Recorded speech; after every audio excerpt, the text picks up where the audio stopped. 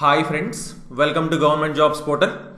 ఈ వీడియోలో మనం ఆర్ఆర్బి ఎన్టీపీసీ జనవరి 29th షిఫ్ట్ 1లో వచ్చిన మ్యాథ్స్ క్వశ్చన్స్ చూద్దామండి. అంటే ఈ రోజు మనకి షిఫ్ట్ 1లో అడిగిన మ్యాథ్స్ క్వశ్చన్స్ చూద్దాం. సో ఇంతవరకు మా ఛానల్కి సబ్స్క్రైబ్ చేసుకోకపోయింటే కంపల్సరీగా సబ్స్క్రైబ్ చేసుకోండి. అలాగే మీరు నెక్స్ట్ షిఫ్ట్స్లో కనుక ఎగ్జామ్స్ రాస్తున్నట్లయితే తప్పకుండా ఈ నెంబర్కి మీరు మీకు వచ్చిన questions reasoning, arithmetic and GK questions ఈ నెంబర్కి వాట్సాప్లో మీరు మెసేజ్ చేయొచ్చు క్వశ్చన్స్ని. సో మనం ఆ షిఫ్ట్స్ అప్పుడు చెప్పడం జరుగుతుంది అనమాట. ఓకే, సో అలాగే జీజేపీ తెలుగు ఆండ్రాయిడ్ యాప్ లేదా మా వెబ్సైట్ GJPtelugu.in ఈ వెబ్సైట్స్లో మనకి arithmetic, reasoning, modern history and AP history paid classes అన్ని అవైలబుల్గా ఉన్నాయండి. Both English medium and Telugu medium స్టూడెంట్స్కి అర్థమయ్యే విధంగా ఈ క్లాసెస్ ఉంటాయి అనమాట. ఓకే, సో ఇంట్రెస్ట్ ఉన్న వాళ్ళు ఈ రోజే ఎన్రోల్ చేసుకోవచ్చు. ఓకే, సో ఫస్ట్ క్వశ్చన్ మనం చూద్దామండి. x+1/x = 5 అని ఇచ్చారు. x+1/x = 5 అయితే 3/2x² + 2 - 5x వాల్యూ ఎంత అని మనల్ని అడగడం జరుగుతుంది. చూసుకోండి, ఇలాంటి క్వశ్చన్స్ ఇచ్చినప్పుడు ఎప్పుడు కూడా మనకి ఇది 3x ఉంటుందండి ఇక్కడ. ఓకే, 3x ఇలాంటి క్వశ్చన్స్ ఇచ్చినప్పుడు ఎప్పుడైనా సరే x+1/x ఇచ్చారు, మనకి నార్మల్గా తెలిసి ఏంటి x² + 1/x² కానీ x³ + 1/x³ కానీ x⁴ + 1/x⁴ కానీ అలా అడిగితే మన దగ్గర ఫార్ములాస్ ఉన్నాయి, బాగానే ఉంది. బట్ ఇలా క్వశ్చన్ ఇచ్చినప్పుడు మాత్రం మనం ఏం చేయాలంటే ఒకసారి క్లియర్గా చూసుకోవాలండి. క్లియర్గా చూసినప్పుడు ఒకవేళ ఇక్కడ x ఉంది, ఆ xని కామన్ తీస్తే ఏమవుతుంది అనేది ఒకసారి మనం చూసుకోవాలి ఎప్పుడు కూడా. ఓకే, xని కామన్ తీస్తే ఏమవుతుంది, xని తీస్తామండి అంటే పైన న్యూమరేటర్లో xని క్యాన్సిల్ చేస్తాం, డినామినేటర్లో కూడా xని క్యాన్సిల్ చేస్తాం. అప్పుడు ఏమవుతుంది, పైన x పోయింది. ఓకే, 2x² లోనే ఒక x పోతే 2x.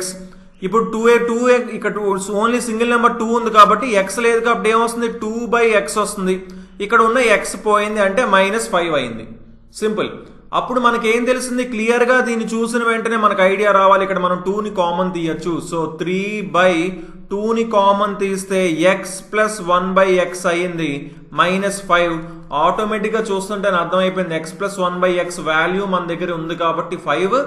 ఆ 5ని ఇక్కడ మనం సబ్స్టిట్యూట్ చేసుకుంటాం. సో 3/2 × 5 10 -5 అంటే 3/5 ఆన్సర్ అవుతుంది అని సింపుల్ గా మనం చెప్పొచ్చు అనమాట. రైట్. సో ఎప్పుడైనా సరే ఇలాంటి క్వశ్చన్స్ అడిగినప్పుడు ఒకసారి క్లియర్ గా చూసుకోండి. మీరు ఇంకొకటి కూడా చూడొచ్చు, అది ఏంటి అంటే x² టర్మ్ అలాగే కోఎఫిషియంట్ అంటే కాన్స్టెంట్ ఈ రెండు కూడా x² యొక్క కోఎఫిషియంట్, కాన్స్టెంట్ ఈ రెండు కూడా సేమ్ ఉంటాయండి. అప్పుడే మనకి xని కామన్ తీసినప్పుడు ఇది 2x ఇది 2/x వచ్చిందా అంటే అప్పుడే మనం 2 కామన్ తీస్తే x+1/x వస్తుంది. ఓకే, అంటే ఇక్కడ 3 ఉంటే ఈ కాన్స్టెంట్ కూడా 3 ఉంటుంది, ఇక్కడ 5 ఉంటే ఇక్కడ కాన్స్టెంట్ కూడా 5 ఉంటుంది. అప్పుడు మనకు అర్థం చేసుకోవాలన్నమాట, ఎస్ మనం ఇక్కడ x+1/x వస్తుంది ఇందులోంచి, సో మనం ఈజీగా చేయొచ్చు అన్నం. ఇది మీకు ఆ ఐడియా కూడా రావాలన్నమాట. ఓకే, సో నెక్స్ట్ క్వశ్చన్ మనం చూద్దాం. ఏ train takes 80 seconds to cross a bridge of length 600 meters and takes 40 seconds to cross a bridge of length 200 meters. చూడండి, 600 మీటర్ల పొడవు గల వంతెనను దాటడానికి ఒక రైలుకి 80 సెకండ్లు పడుతుందంటండి. 80 seconds పడుతుందంట. ఎంతకి, 600 మీటర్ల ట్రైన్, 600 మీటర్ల బ్రిడ్జ్ని క్రాస్ చేయడానికి ఒక ట్రైన్కి. అదే ట్రైన్కి 200 మీటర్ల పొడవు గల వంతెనని దాటడానికి అయితే 40 సెకండ్లే పడుతుందంట. 40 seconds పడుతుందంట ఎప్పుడు, 200 meters బ్రిడ్జ్ అయితే. Okay, find the speed of the train అంటున్నారు, రైలు వేగాన్ని కనుగొనండి అంటున్నారు. క్లియర్ గా చూసుకోండి, మనకి ఇక్కడ ఏంటి డిఫరెన్స్ ఎంత ఉందండి, డిఫరెన్స్ చూసుకుంటే 400 మీటర్లు ఉంది. ఇక్కడ డిఫరెన్స్ ఎంత ఉంది, 40 సెకండ్లు ఉంది. అంటే మనకు అర్థమైంది ఏంటంటే ట్రైన్ 40 సెకండ్లలో 400 మీటర్లు వెళ్తుంది. 40 సెకండ్లో 400 మీటర్లు వెళ్తుంది అంటే 41 40 10 అంటే 1 సెకండ్కి 10 మీటర్లు చొప్పున వెళ్తుంది. అంటే దాని స్పీడ్ ఏంటి, 10 meters per second. ఒకవేళ దీన్ని కిలోమీటర్ పెర్ హవర్ కింద హవర్లో ఆప్షన్స్ కనుక ఇచ్చినట్లయితే మనం ఏం చేయాలి, 10 × 18/5 చేయాలండి. 18/5 అంటే 36 km/h వస్తుంది అనమాట. 36 km/h వస్తుంది. క్లియర్గా చూసుకోండి, మీటర్ పెర్ సెకండ్ ని km/h కింద మార్చాలి అంటే 18/5తో మల్టిప్లై చేయాలి. అది ఎలా అంటే కిందన సెకండ్స్ ఉంది కదా, పైన 18 వస్తుంది అనమాట. కిందన సెకండ్స్ ఉన్నప్పుడు మీటర్ పర్ సెకండ్ ఉంటే పైన మనకి 18/5 వస్తుంది, పైన 18 వస్తుంది. లేదు km/h నుంచి మీటర్ పర్ సెకండ్ మార్చాలనుకోండి, కిలోమీటర్ పెర్ హవర్ నుంచి మీటర్ పర్ సెకండ్ మార్చాలనుకోండి, అంటే ఏంటి 1000/3600 అవుతుంది. సో క్యాన్సిల్ చేసుకుంటే 5/18. సో 5/18తో మల్టిప్లై చేయాలన్నమాట. ఓకేనండి, 5/18తో మల్టిప్లై చేస్తే అప్పుడు అది మీటర్ పర్ సెకండ్ కింద చేంజ్ అవుతుంది. అదే మనకి కిలోమీటర్ పెర్ అవర్ నుంచి మీటర్ పర్ సెకండ్ కింద మీటర్ పర్ సెకండ్ నుంచి కిలోమీటర్ పెర్ అవర్ కింద మార్చాలంటే 18/5తో మల్టిప్లై చేయాలి. ఇది మినిమం నాలెడ్జ్ ఉండాలి దీని గురించి, రైట్? సో నెక్స్ట్ క్వశ్చన్ మనం చూద్దాం. A's age is 6 years more than B. A యొక్క వయసు బి కన్నా 6 సంవత్సరాలు ఎక్కువ అంటండి. Okay fine. 10 సంవత్సరాల తర్వాత 10 years before the age of B is 3/4 part the age of A. 10 సంవత్సరాల ముందు వచ్చేసి బి వయస్సు ఏ వయస్సులో 3/4 వంతు అంట. 3/4 వంతు బి వయస్సు ఏలో 3/4 వంతు అంటే ఏంటి? ఏది 4 భాగాలైతే బి 3 భాగాలే ఉంటుంది. చూసుకోండి, ఏ 4 భాగాలు, దీనికి 3/4 వంతు అంటే 4 క్యాన్సిల్ అయ్యి 3 అయింది. అంటే అప్పుడు బి ఏమవుతుంది? 3 అవుతుంది. అంటే వీటి నిష్పత్తి ఏ రేంజ్ లో ఉంటాయి? 3:4 నిష్పత్తిలో ఉంటాయి. ఇదేంటిది? ఇది ఏ. ఇదేంటిది? బి. ఇది ఎప్పుడు నిష్పత్తి ఇచ్చారు? 10 సంవత్సరాల ముందునిచ్చారు. మీరు ఇంకొకటి గమనించాల్సింది ఏంటంటే age 6 years more than b అన్నారు. బి కంటే 6 సంవత్సరాలు ఏ ఎక్కువ అన్నారు. మీరు ఒకటి గమనించండి, ఏంటి? ఇప్పుడు ప్రస్తుతం ఏ వచ్చేసి బి కంటే 6 సంవత్సరాలు ఎక్కువ అనుకోండి. 10 సంవత్సరాల ముందు ఏమవుతుంది? 10 సంవత్సరాల ముందు కూడా వాళ్ళిద్దరికి 10 వయసు తగ్గుతుంది. అప్పుడు కూడా బి కంటే 6 సంవత్సరాలే ఎక్కువ ఉంటాడు ఏ. ఓకే, సో ఒక మనిషికి ఇద్దరు మనుషుల మధ్యన ఏజ్ గ్యాప్ 10 అని మనం చెప్పాం అనుకోండి, అది ఎప్పుడు చూసినా సరే 10 years ఉంటుంది ఫ్యూచర్లో.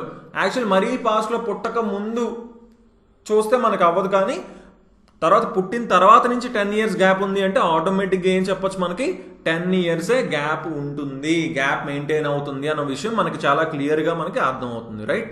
సో అంటే పుట్టక ముందు అసలు మనం తేడాయే చెప్పలేమండి, అది వేరే టాపిక్. సో ఇప్పుడు ఏంటి మనకి క్లియర్గా చూసుకోండి, అంటే 10 సంవత్సరాల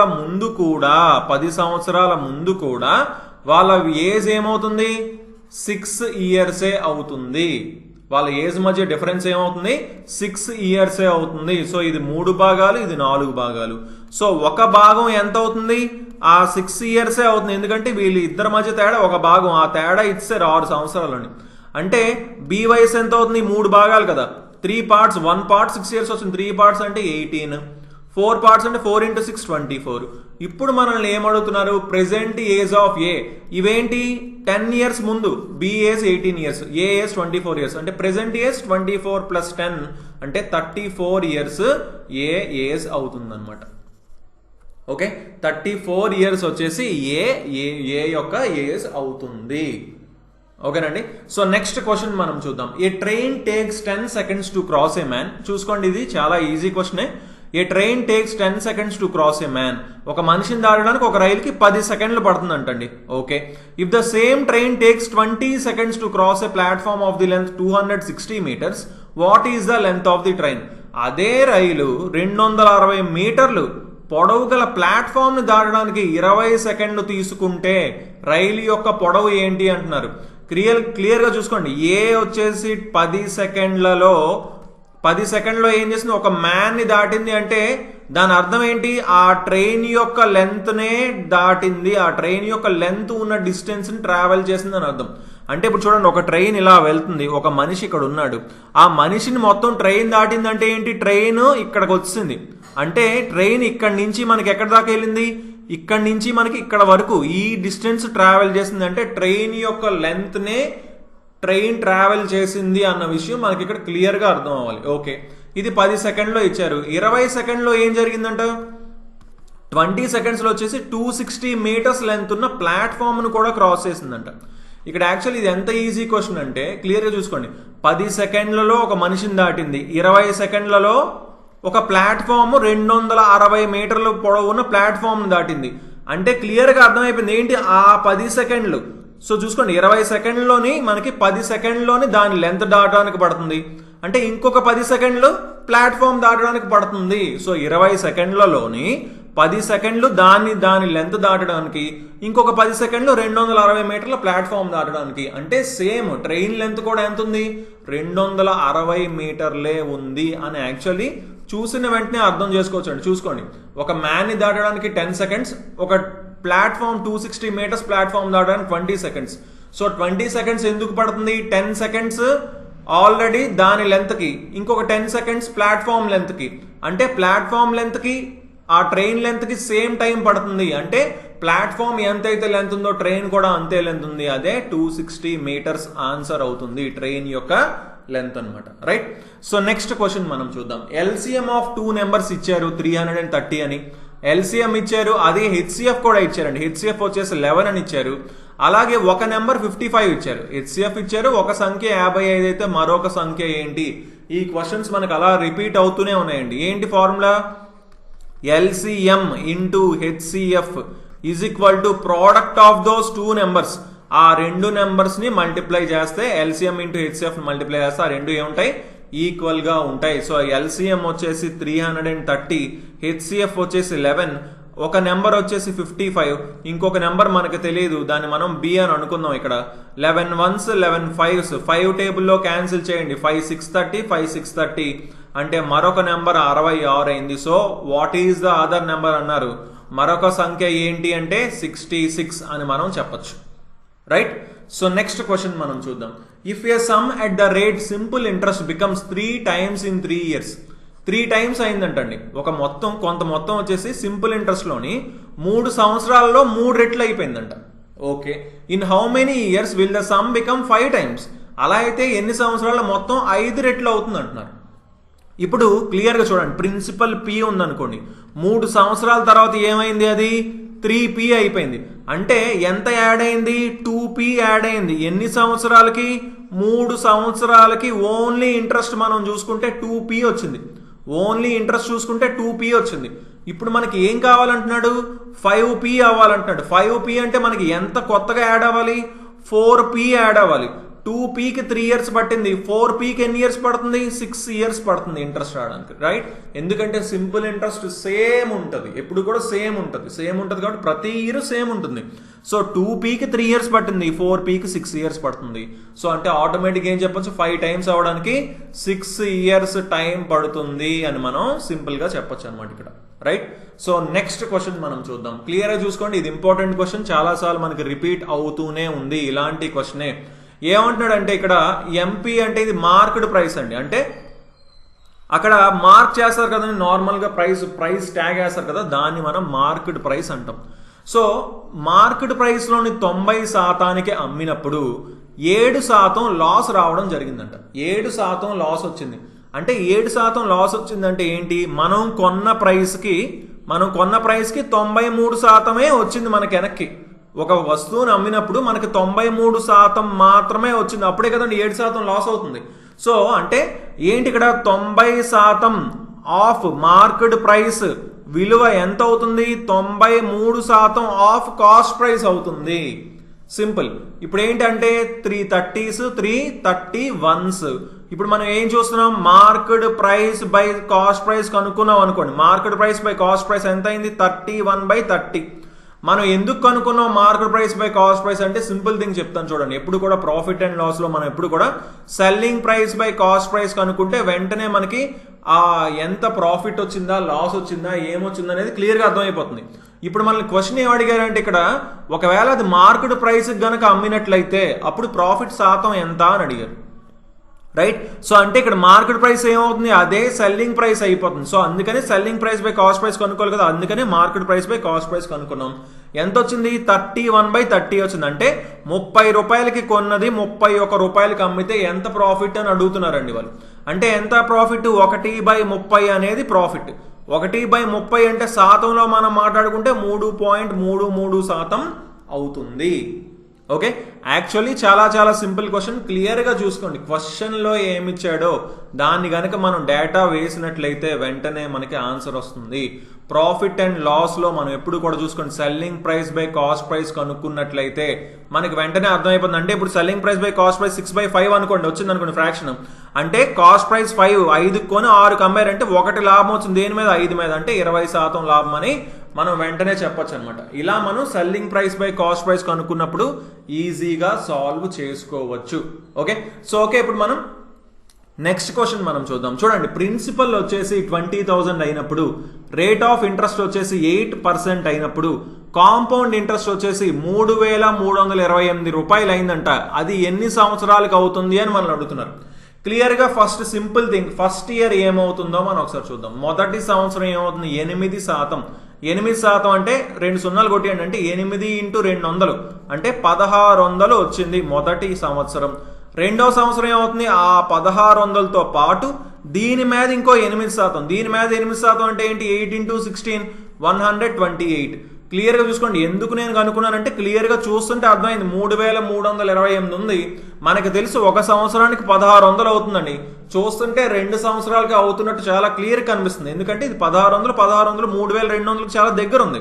సో ఇంకో ఆ వడ్డీ కూడా కనుక్కున్నాం, 128 వచ్చింది. సో క్లియర్ గా మనకు అర్థమైపోయింది ఏంటి, 2 years లోనే 1600 + 1600 + 128 3328 కాంపౌండ్ ఇంట్రెస్ట్ అప్పుడే 2 సంవత్సరాలకే వస్తుంది అన్న విషయం మనకి చాలా క్లియర్ గా అర్థమైంది అనమాట ఇక్కడ. రైట్, సో లాస్ట్ క్వశ్చన్ మనం చూద్దామండి ఈ వీడియోలో.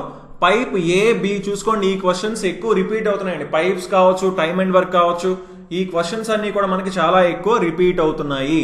Pipe A B can fill a tank in 12 and 30 hours respectively. గొట్టం ఏ బి వచ్చేసి 12 గంటలు మరి 30 గంటల్లోని ఒక ట్యాంక్ ని నింపగలవంట. ఏ పైప్ వచ్చేసి 12 గంటలు, పైప్ బి వచ్చేసి 30 గంటలు, అలాగే పైప్ సి వచ్చేసి can empty in 15 hours. Pipe C వచ్చేసి 15 గంటల్లోని ఖాళీ చేయగలదంట. చూసుకోండి, ఇది ఖాళీ చేస్తుంది పైప్ సి 15 గంటల్లోని.